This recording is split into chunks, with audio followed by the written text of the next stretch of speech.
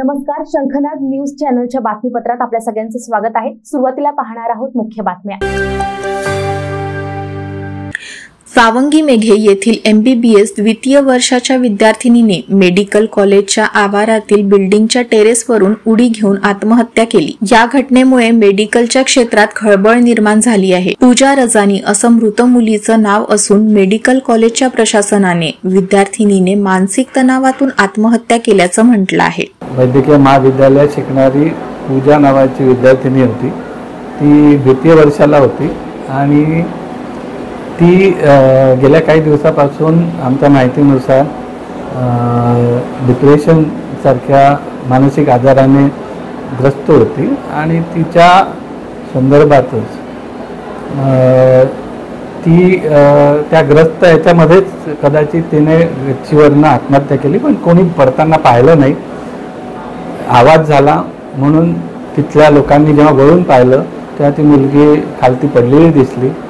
तिथेच ॲम्ब्युलन्स उभी होती कुठल्या कारणाने आलेली। त्या ड्रायव्हरने इमिजिएटली गार्ड आणि काही लोकांच्या मदतीने तिला ॲम्ब्युलन्समध्ये टाकून आपल्या आकस्मिक विभागात आणलं आणि आकस्मिक विभागात तिच्या तातडीने उपचार सुरू झाले, पण दुर्दैवाने त्या उपचारांना तिने प्रतिसाद न दिल्यामुळे तिचा मृत्यू झाला।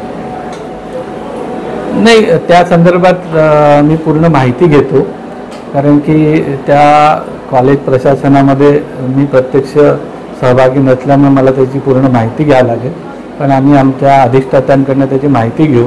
पण आमच्या विद्यापीठाचा जो नियम आहे की 75% थेअरीमध्ये आणि 80% प्रॅक्टिकलमध्ये अटेंडन्स असल्यावरच विद्यार्थ्यांना परीक्षेला, जो की UGCचा नियम आहे आणि सगळ्या युनिव्हर्सिटी त्या पाळतात, त्या नियमाचं पालन केलं। आमच्या विद्यापीठाचा असा विशेष स्वतःचा काही नियम नाही आहे, फक्त विद्यापीठा अनुदान आयोगाने आणि ज्या विविध काउन्सिल्सने सांगितलेले नॉर्म्स आहे त्या नॉर्म्सला आम्ही त्याचं पालन करतो आणि ते विद्यार्थ्यांना त्यांच्या प्रत्येक वर्षीच्या ओरिएंटेशन प्रोग्राममध्ये सांगितलं जातं आणि त्या संदर्भातल्या सगळ्या सूचना त्यांना वेळोवेळी दिल्या जातात। वरिष्ठ पोलीस अधिकाऱ्यांसह सावंगी पोलीस रुग्णालयात दाखल होऊन चौकशी करत आहेत।